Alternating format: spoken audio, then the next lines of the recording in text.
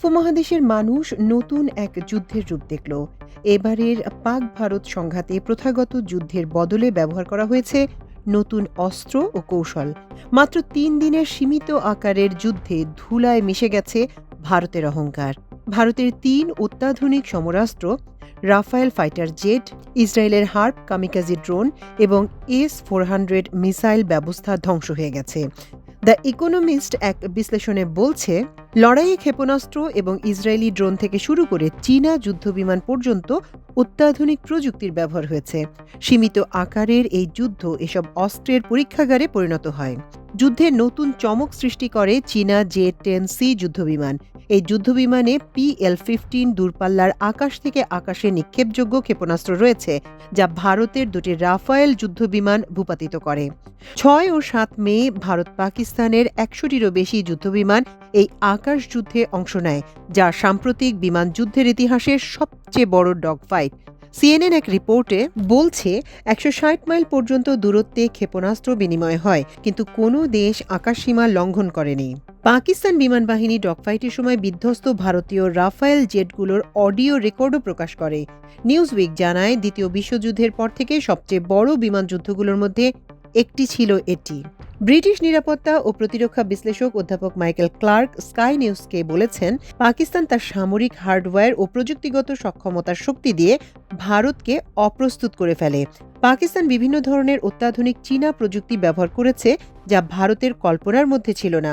এই প্রযুক্তিগত দক্ষতা ভারতকে অবাক করেছে। এর মধ্যে ভারতের আরেকটি বিপর্যয় ছিল S-400 মিসাইল ব্যবস্থার ধ্বংস।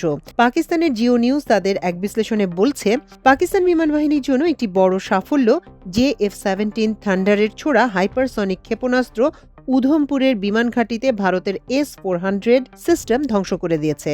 এই হামলায় ভারতের বিমান ঘাঁটি ব্যাপকভাবে ক্ষতিগ্রস্ত হয়। রাশিয়া থেকে কেনা S-400 আকাশ প্রতিরক্ষা ব্যবস্থার মূল্য প্রায় $1.5 বিলিয়ন। ভারত এখনও রাফায়েল বিমান হারানোর কথা আনুষ্ঠানিকভাবে স্বীকার করেনি। ফরেন পলিসির এডিটর ইন চিফ রবি আগারওয়াল মনে করেন, ২০১৯ সালে বিমান সংঘাতে পাকিস্তানিদের হাতে বন্দী হয়েছিলেন এক ভারতীয় পাইলট। এরপর মুখ রক্ষার জন্য ভারত পাকিস্তানি F-16 বিমান ভূপাতিত করার দাবি করেছিল, কিন্তু পাকিস্তান তা অস্বীকার করে।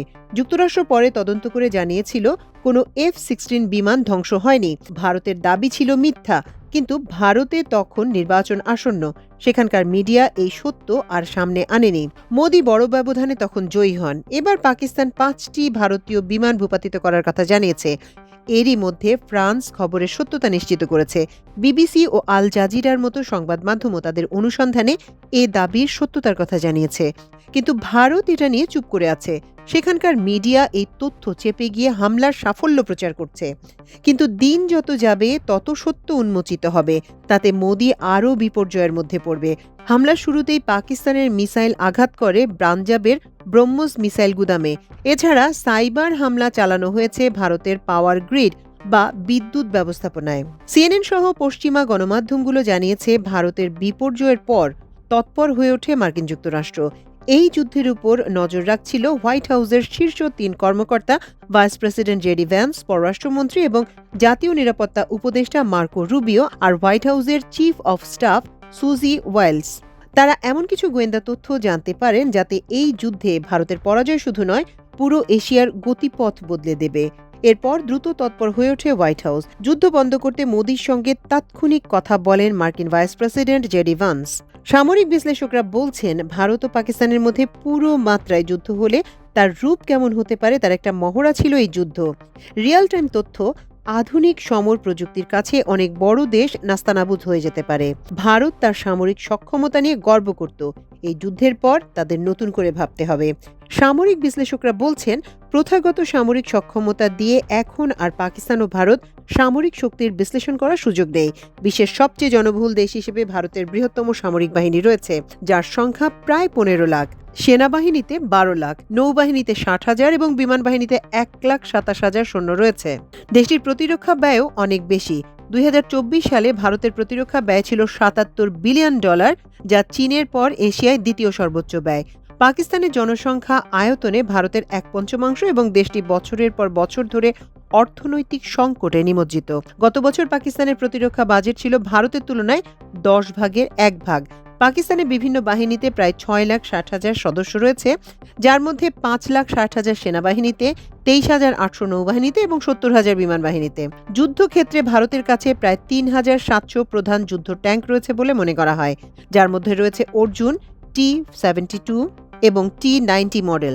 পাকিস্তানের প্রায় 2,500টি আছে, যার মধ্যে আল খালিদ, T-80, T-54-55, টাইপ 59 আল জারার, টাইপ 69 এবং টাইপ 85 মডেল। ভারতের কাছে ডাসল্ট রাফায়েল যুদ্ধবিমান, সুখোই Su-30 এবং মিগ-29, মিগ-17 এবং মিগ-21 যুদ্ধবিমান রয়েছে। অন্যদিকে পাকিস্তানের কাছে জে-10 এবং জে-F-17 রয়েছে। পাশাপাশি যুক্তরাষ্ট্রের F-16, মিরাজ-3S, মিরাজ-5S রয়েছে। এছাড়া দুই দেশ পারমাণবিক অস্ত্রের ক্ষেত্রে কাছাকাছি। বিশ্লেষকরা বলছেন, ভারতের প্রথাগত সামরিক সক্ষমতা যাই থাকুক না কেন, আকাশ নিয়ন্ত্রণে অসাধারণ সাফল্য দেখিয়েছে পাকিস্তান। সে তুলনায় অনেক পিছিয়ে ভারত।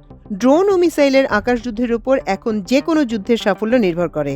সামরিক শক্তি হিসেবে পাকিস্তানের এই উত্থান দক্ষিণ এশিয়ায় ভারসাম্য আনতে সহায়ক ভূমিকা পালন করবে।